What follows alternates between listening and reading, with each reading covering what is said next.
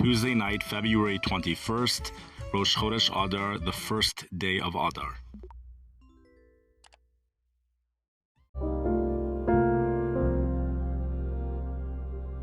You are listening to Torah Reflections on the Weather. It's Rosh Chodesh Adar. We're going to be laning the Torah for 3 consecutive days. And as usual, there will be precipitation across the United States. Anytime you lane the Torah 3 consecutive days, there's always precipitation in all cities where this is taking place. In addition, on Rosh Chodesh, and in times like this, storms that develop are magnified.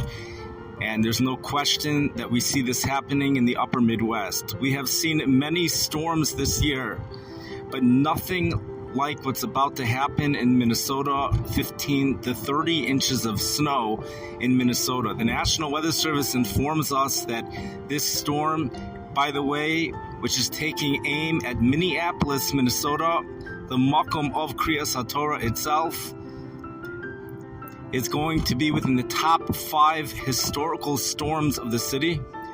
This storm is taking place over the entire 3-day period where we are laning the Torah. Precipitation chances are enhanced during this time. Another thing, a good siman, a siman bracha that perhaps we could think about is that this is happening in the month of Adar. We're told Mishenichnas Adar Marbim Besimcha. The gematria of Kisheleg is Simcha. Sheleg is like happiness, is like snow. Makes it sound like snow in a certain way is on a higher level than Simcha. And how could that be? What does snow represent? What does Sheleg represent within Torah, within Yiddishkeit? That could possibly make it on a higher level of Simcha. We're told that the highest level of Avodas Hashem is to serve Hashem b'simcha. But then we have Sheleg, and we have actual Chazals that point out that Kish Sheleg is 353. It's the same gematria as Simcha. There's a mahalach that I would like to offer. This is something which is also going to answer up other questions as well. We are dealing right now in a time period of the year, a time period where in a certain way, there's a tshuva that is done this time of the year that is unprecedented. It's unparalleled to any other time of the year that includes Elul. And I'm referring to the weeks of Shovavim. It is amazing that during all the weeks of Shovavim, that is the time with continuous snowfall. Chazal tell us that snow, the pasuk itself tells us, HaKadosh Baruch Hu says that when He's moichel our averos, perhaps even before the kapara, we get cleansed, our neshama becomes as white as snow. We know that every word that the Torah uses has significance, and if the Torah is to use the word sheleg, there's significance to being moichel, a mechila, and sheleg. There's significance to white. White represents purity. Snow is white, as we know. There's significance. Sheleg. Another thing we have to keep in mind is that unlike other languages, when it comes to Lashon HaKodesh, the word itself has more depth than what it is describing. The words are not just something that's giving a description of a metzias, of something, of a substance. Rather, the very essence of the substance can be found within the word itself. There is significance to the fact that every letter within the word Sheleg is connected to 3. There's significance to it. I don't know if I'll be able to say the significance tonight. I know of a Rebbe in Ner Yisrael who knows the significance of it. 330 and 3. The Shin represents 300. Lamed is 30. The Gimel is 3. 333. If in terms of one way of gematria, each letter stands for 3, and you end up that Sheleg equals the same gematria as Emes, which is truth. After a snowstorm, what you see in the world is more of a reflection of truth. The world reflects truth on a much higher level than before the snowstorm. The snow makes it impossible to see other people's worldly possessions. It covers everything up. This is white in general has been used to cover up artificial means that we can look at the person's real pnimius. And that's what Shelig does. We're told on Yom Kippur that in Tu B'Av, the women used to get dressed up in white and dance. And since all the women were dressed in the same way, the focus was to be focused on the pnimius. By snow, we're able to focus on the pnimius. We're able to overlook things, not just overlook things. There are things that we may see about other people that distract us from who that person really is. It could be there's perhaps a mess in their front lawn. Perhaps there's their house indicates perhaps that they enjoy showing off some of their possessions. Perhaps you could tell by looking at them the amount of financial success they've had. But comes the snow, it covers everything up. It covers up our cars. It covers up everything. So after a snowstorm, we have a world where we are able to see the emes more clearly.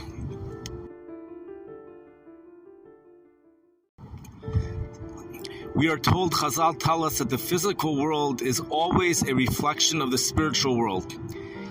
And one has to say, it's bothersome. If you keep the following klal in mind, that was said by a big Talmid Chacham, a Rebbe in Eretz Yisrael, that when it snows, it's an eis ratzon for tshuva. It's a time when our tshuva, our repentance, is more readily accepted. And it also, in many situations, represents that our tshuva was accepted.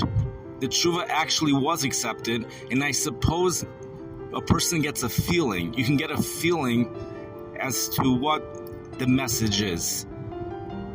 The person gets a feeling. If you're tuned into these things, you get a feeling as to what the purpose of the snow is. What's it coming to do?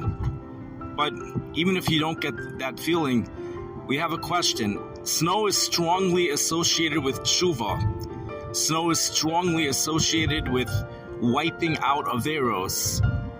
And we know the physical world is a reflection of the spiritual world. So there's one extremely bothersome question that everyone should have. If all of that is true, one would think that the snow season should take place during the month of Elul. How could it not? Elul is a time of tshuva. Where's the snow? How come we don't see any snow in the month of Elul? We see snow in the winter. There's no holidays in the winter of tshuva. Nothing. Maybe you have Purim, but that comes at the very end of the winter. We have that question. And a person could think about that question and might not be able to come up with the answer, but really the answer stares you in the face. What about Shovavim? What about Shovavim? What other time of the year is designated to work on Kedusha, holiness? You know, Elul is a time to do tshuva for anything. What about holiness? And this white is most associated with purity and holiness. So the fact that there's snow, and it happens during that time of the year, is something which has significance. If there's a snow drought, many of the cities on the East Coast are not seeing snow. Is that a siman klala? Is there significance to it? There's no way for me to know. How could I know? But I know we tend to get these cities which will repeatedly see more snow. This year it's Minneapolis. Minneapolis is just, the storms are going to Minneapolis. This storm that's coming up is, you just get the feeling that this is a Rosh Chodesh enhanced storm. This is a storm that would not be producing this amount of snow if it would be falling on any other day, any other time of the year. Sure, there would be a snowstorm, but you realize the snow to water ratios in this storm are well above average. There's a lot of things going on in this storm that's pushing up the snow totals to much higher than usual. And plus, this is a 3-day snow. And additionally, even though it's a 3-day snow, we're still probably going to manage to pull off a historical 24-hour event. So we have a lot of stuff going, which, if there's anything that indicates some type of Eis Ratzon for Tshuva, or even a Siman Bracha that Tshuva has been miskabel, I would think it's got to be this. It's just always amazed me, the Kriyas HaTorah, which is a time of Rachamim. It brings about a hisorus of Rachamim from Shemayim. And those places which have a Kriyas HaTorah are sure to see precipitation. Chicago is certainly no exception.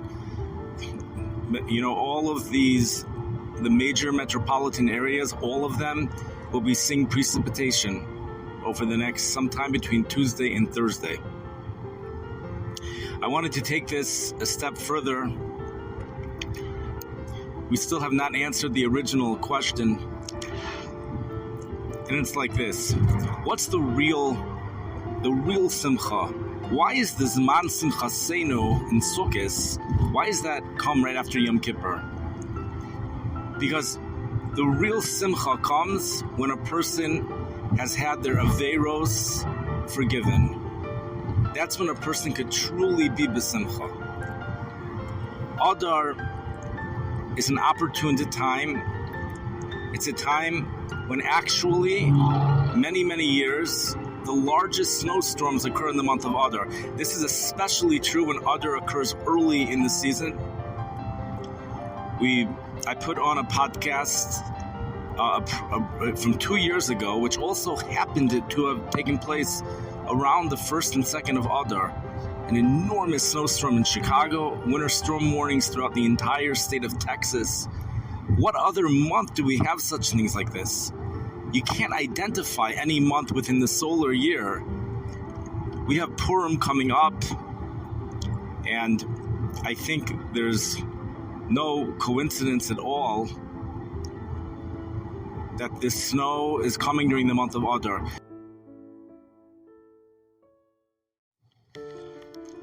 Snow on the East Coast would be a good feeling if it happens in the month of Adar, especially because we know Purim is even on a higher level than Yom Kippur. So a very strong question would be, where's the snow on Yom Kippur? But we are put into an environment with a lot of white. The weather is beautiful because it's an Eis Ratzon. It's the beautiful weather that is where the physical reflects the spiritual when it comes to the Yom Noraim. And we are within an environment of white. This time of the year, it's not the beautiful weather, rather it is the snow during the weeks of Shovavim. It is the snow, for it is within the area of Kedusha alone. That's the area which we are working on. The snow also helps us work on Kedusha.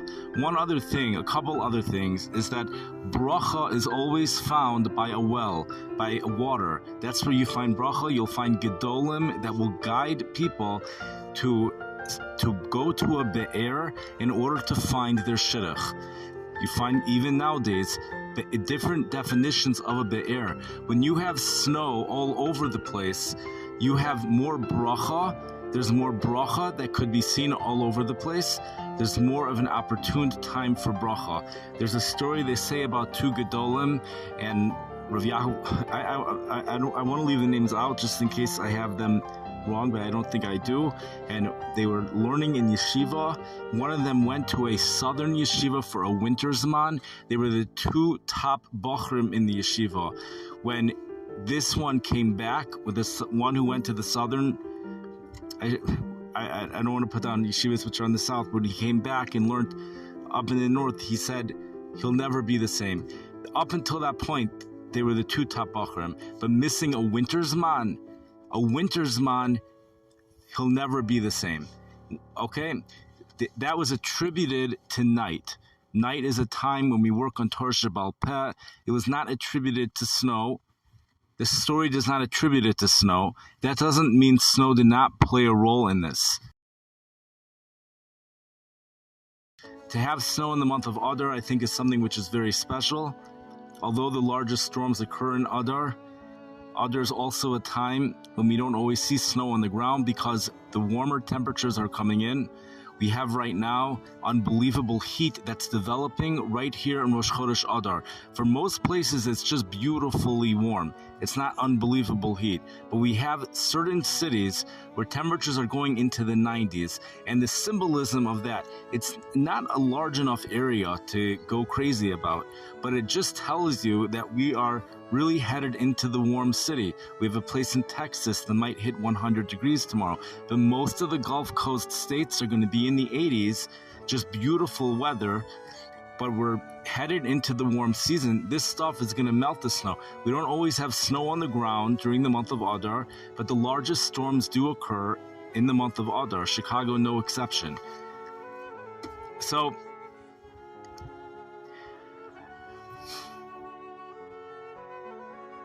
we've spoken about before in a previous podcast. We've mentioned that snow is something which stays put as opposed to rain. In a large storm, everything is canceled. The Yetzer Hara tries to get our minds to constantly be busy. We're constantly involved in things. We're so busy we never have any time to think. We always have to be someplace at a certain time. There's no hisbon in us. If we would stop for a second to think about things, the Yetzer Hara, the Satan, is threatened because we might come to do tshuva. Snow is such a time, and what makes it extra special is because we have time to think, while at the same time we're in awe. We're like, wow, look at the snow. So we're going to be thinking about simcha-dige thoughts. And the children's perspective, they have the most accurate connection to the Ruchnius. Their feelings have not been distorted by being in this world. They've been less distorted. It's true, Hashem has made it that school is canceled when there's a lot of snow. Children are naturally happy. I think even without that, snow is something which excites a lot of people. As we get older, people get frustrated by the snow. I don't think those are the natural feelings that we were meant to feel when there is snow. That's something we're meant to feel perhaps during an ice storm. An ice storm is more of a midas hadin, or at least it doesn't have the rachamim of snow. Ice does not have that same rachamim that snow has. B'derech hateva, one would think frozen precipitation should be falling as ice, not something which is white. So the white snow is something very special. It's much safer than ice, something very special. And these are thoughts to think about as we go into Adar, that the Ruchnius world has become alive. And in Yirtzeh Hashem, we will see this across the East Coast as well. I have confidence that the East Coast will, all those cities, Baltimore, Philadelphia, Lakewood, New Jersey, I'm confident there will be a storm that will move up the coast. That doesn't mean there will be, but we've already have long-term forecasters which are saying that models are hinting at the Arctic breaking loose, which could indicate a storm for the East Coast. So taking that knowledge with that, if that's true, it's not so far-fetched at all to put two and two together and to say for the month of Adar, we're going to see a snow. It could certainly happen in Nisan, but I have high expectations for this Adar. May everybody utilize the Zman, utilize the atmosphere. May our neshamas be spiritually sensitive to the way they're supposed to be, to the atmosphere that we're in. And may we utilize the Hisorus appropriately. And I think those people that are in the yeshiva in Minneapolis, I think they're getting some credit for what's going on, but who am I to truly know?